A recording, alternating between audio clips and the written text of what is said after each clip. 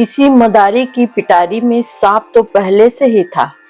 संयोगवश उसमें एक चूहा भी जा घुसा। चूहे के भयभीत होने पर सांप ने उसे प्रेम से समझाया कि तुम पिटारी में छेद कर दो, फिर हम दोनों भाग निकलेंगे। पहले तो सांप की इस बात पर चूहे को विश्वास न हुआ, परंतु पीछे उसने पिटारी में छेद कर दिया। इस प्रकार काम बन जाने पर सांप चूहे को निगल गया और पिटारी से निकल भागा। जय श्री हरि। मैं शैलजा अपने चैनल पर आप सबका हार्दिक स्वागत करती हूँ। आशा करती हूँ आप सब स्वस्थ एवं प्रसन्न होंगे। श्रीमद् भागवत महापुराण की कथा है, अष्टम स्कंद की कथा है।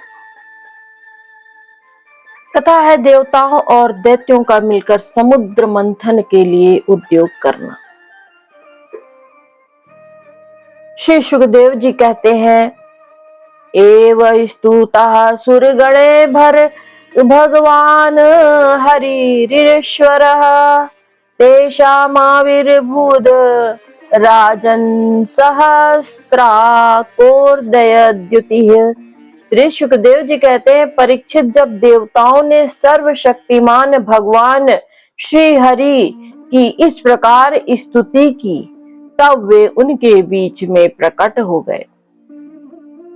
उनके शरीर की प्रभा ऐसी थी मानो हजारों सूर्य एक साथ उग गए हों। भगवान की उस प्रभा से सभी देवताओं की आंखें चौंधिया गईं। वे भगवान को तो क्या, आकाश, दिशाएं, पृथ्वी और अपने शरीर को भी न देख सके। केवल भगवान शंकर और ब्रह्मा जी ने उस छवि का दर्शन किया। बड़ी ही सुंदर झांकी थी। मरकत मणि पन्ने के समान स्वच्छ श्यामल शरीर, कमल के भीतरी भाग के समान सुकुमार नेत्रों में लाल लाल डोरियां और चमकते हुए सुनहले रंग का रेशमी पीतांबर। सर्वांग सुंदर शरीर के रोम रोम से प्रसन्नता फूट पड़ती थी। धनुष के समान टेढ़ी भौहें और बड़ा ही सुंदर मुख। सिर पर महामणिमय किरीट और भुजाओं में बाजूबंद। कानों के झलकते हुए कुंडलों की चमक पड़ने से कपोल और भी सुंदर हो उठते थे, जिससे मुखमंडल खिल उठता था। कमर में करधनी की लड़ियां, हाथों में कंगन, गले में हार और चरणों में नुपुर शोभायमान था। वक्ष स्थल पर लक्ष्मी और गले में कौस्तुभ मणि तथा वनमाला सुशोभित थी। भगवान के निज अस्त्र सुदर्शन चक्र आदि मूर्तिमान होकर उनकी सेवा कर रहे थे। सभी देवताओं ने पृथ्वी पर गिरकर साष्टांग प्रणाम किया। फिर सारे देवताओं को साथ ले शंकर जी तथा ब्रह्मा जी परम पुरुष भगवान की स्तुति करने लगे।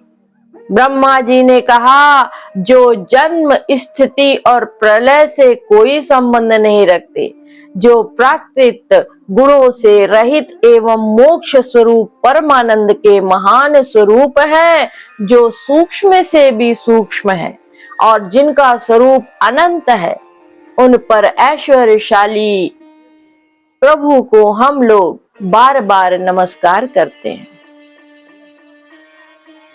पुरुषोत्तम अपना कल्याण चाहने वाले साधक वेदोक्त एवं पांचरात्रोक्त विधि से आपके इसी स्वरूप की उपासना करते हैं। मुझे भी रचने वाले प्रभु, आपके इस विश्वमय स्वरूप में मुझे समस्त देवगणों के सहित तीनों लोग दिखाई दे रहे हैं। आप में ही पहले यह जगत लीन था, मध्य में भी यह आप में ही स्थित है और अंत में भी यह पुनः आप में ही लीन हो जाएगा। आप स्वयं कार्य कारण से परे परम स्वतंत्र हैं। आप ही जगत के आदि, अंत और मध्य हैं। वैसे ही जैसे घड़े का आदि, मध्य और अंत मिट्टी है, आप अपने ही आश्रय रहने वाली अपनी माया से इस संसार की रचना करते हैं। इसमें फिर से प्रवेश करके अंतर्यामी के रूप में विराजमान होते हैं।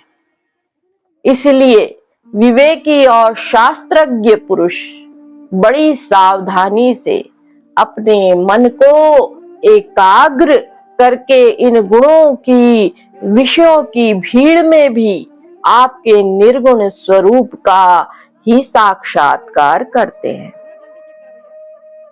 जैसे मनुष्य युक्ति के साथ लकड़ी से आग, गौ से अमृत के समान दूध, पृथ्वी से अन्न तथा जल और व्यापार से अपनी आजीविका प्राप्त कर लेते हैं, वैसे ही विवेकी पुरुष भी अपनी शुद्ध बुद्धि से भक्ति योग, ज्ञान योग आदि के द्वारा आपको इन विषयों में ही प्राप्त कर लेते हैं और अपनी अनुभूति के अनुसार आपका वर्णन भी करते हैं। कमल नाभ जिस प्रकार दावाग्नि से झुलसता हुआ हाथी गंगा जल में डुबकी लगाकर सुख और शांति का अनुभव करने लगता है, वैसे ही आपके आविर्भाव से हम लोग परम सुखी और शांत हो गए हैं। स्वामी, हम लोग बहुत दिनों से आपके दर्शनों के लिए अत्यंत लालायित हो रहे थे। आप ही हमारे बाहर और भीतर के आत्मा हैं। हम सब लोकपाल जिस उद्देश्य से आपके चरणों की शरण में आए हैं, उसे आप कृपा करके पूर्ण कीजिए। आप सबके साक्षी हैं, अतः इस विषय में हम लोग आपसे और क्या निवेदन करें। प्रभु में शंकर जी, अन्य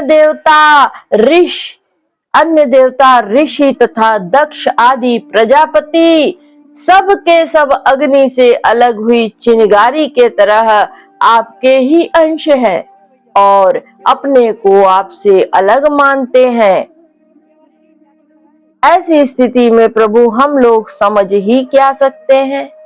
ब्राह्मण और देवताओं के कल्याण के लिए जो कुछ करना आवश्यक हो, उसका आदेश आप ही दीजिए। आप वैसा स्वयं कर भी लीजिए। श्री सुखदेव जी कहते हैं, ब्रह्मा आदि देवताओं ने इस प्रकार स्तुति करके अपनी सारी इंद्रियां रोक ली और सब बड़ी सावधानी के साथ हाथ जोड़कर खड़े हो गए।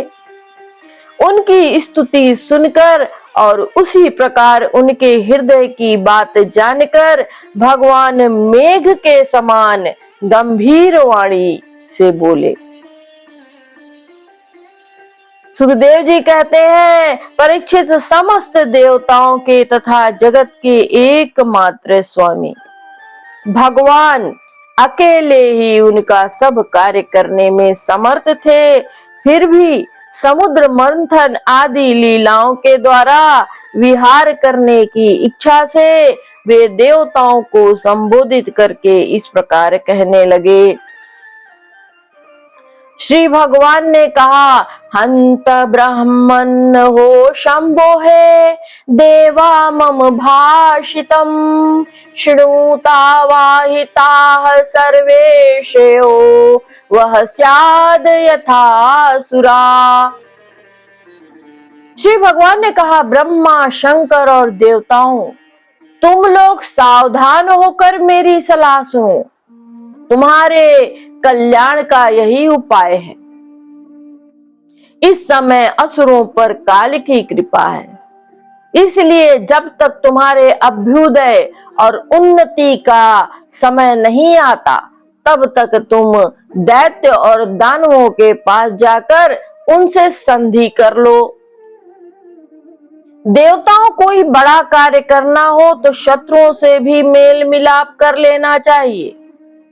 यह बात अवश्य है कि काम बन जाने पर उनके साथ सांप और चूहे वाला बर्ताव कर सकते हैं।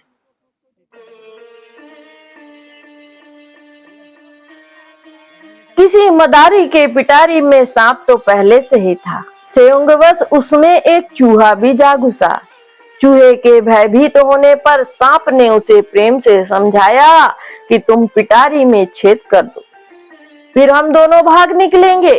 पहले तो सांप की इस बात पर चूहे को विश्वास ही न हुआ, परंतु पीछे उसने पिटारी में छेद कर दिया। इस प्रकार काम बन जाने पर सांप चूहे को निगल गया और पिटारी से निकल भागा।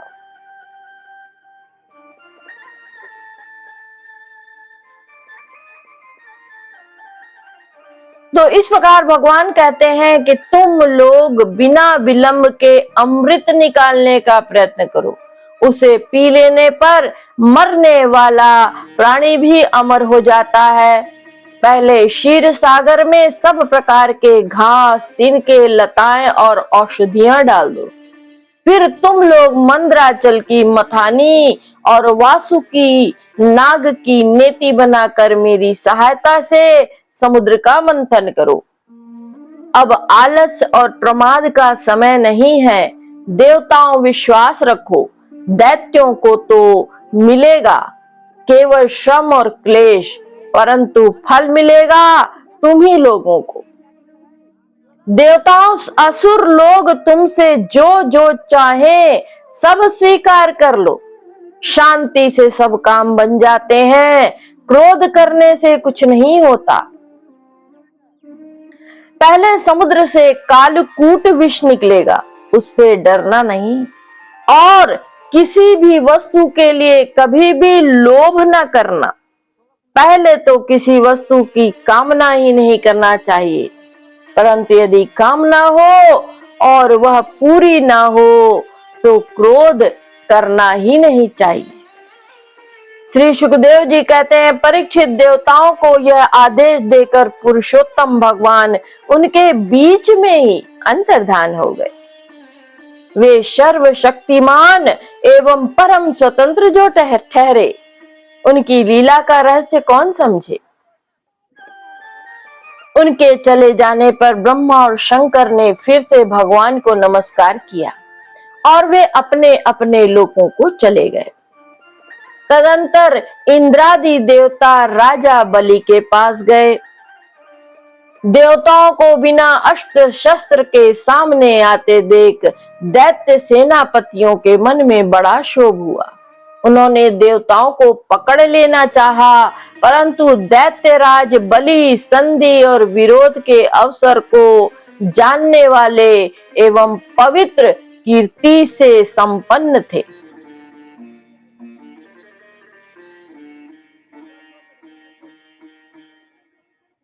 उन्होंने दैत्यों को वैसा करने से रोक दिया। इसके बाद देवता लोग बलि के पास पहुंचे। बलि ने तीनों लोगों को जीत लिया था। वे समस्त संपत्तियों से सेवित और असुर सेनापतियों से सुरक्षित होकर अपने राज सिंहासन पर बैठे हुए थे। बुद्धिमान इंद्र ने बड़ी मधुर वाणी से समझाते हुए राजा बलि से वे सब बातें कही जिनकी शिक्षा स्वयं भगवान ने उन्हें दी थी। वह बात दैत्य राज बलि को जच गई। वहां बैठे हुए दूसरे सेनापति शंबर, अरिष्टनेमी और त्रिपुर निवासी असुरों को भी यह बात अच्छी लगी। तब देवता और असुरों ने आपस में संधि समझौता करके मित्रता कर ली और परीक्षित वे सब मिलकर अमृत मंथन के लिए पूर्ण उद्योग करने लगे। इसके बाद उन्होंने अपनी शक्ति से मंदराचल को उखाड़ लिया और ललकारते तथा गरजते हुए उसे समुद्र तट की ओर ले चले। उनकी भुजाएं परिधि के समान थी, शरीर में शक्ति थी और अपने अपने बल का घमंड तो था ही, परंतु एक तो वह मंदराचल पर्वत ही बहुत भारी था और दूसरे उसे ले जाना भी बहुत दूर था। इससे इंद्र, बलि आदि सब के सब हार गए। जब ये किसी प्रकार भी मंदराचल को आगे न ले जा सके तब विवश होकर उन्होंने उसे रास्ते में ही पटक दिया। वह सोने का पर्वत मंदराचल बड़ा ही भारी था। गिरते समय उसने बहुत से देवता और दानुओं को चकनाचूर कर डाला। उन देवता और असुरों के हाथ, कमर, कंधे टूट गए थे, मन भी टूट गया। उनका उत्साह भंग हुआ। देख गरुड़ पर चढ़े हुए भगवान सहसा वहीं प्रकट हो गए। उन्होंने देखा कि देवता और असुर पर्वत के गिरने से पिस गए हैं। अतः उन्होंने अपनी अमृतमय दृष्टि से देवताओं को इस प्रकार जीवित कर दिया मानो उनके शरीर में बिल्कुल ही चोट ना लगी हो। इसके बाद उन्होंने खेल ही खेल में एक हाथ से उस पर्वत को उठाकर गरुड़ पर रख लिया और स्वयं भी सवार हो गए। फिर देवता और असुरों के साथ उन्होंने समुद्र तट की यात्रा की। पक्षीगा राज गरुड़ ने समुद्र के तट पर पर्वत को उतार दिया और फिर भगवान के विदा करने पर गरुड़ जी वहां से चले गए। आगे की कथा में हम देखेंगे कि समुद्र मंथन का आरंभ हो गया है और भगवान शंकर ने विषपान किया है। ये कथा जारी रहेगी।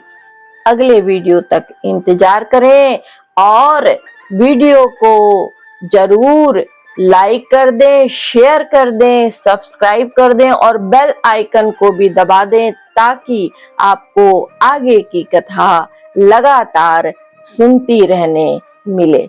जय श्री कृष्णा, हरे कृष्णा। आप सब स्वस्थ एवं प्रसन्न रहें।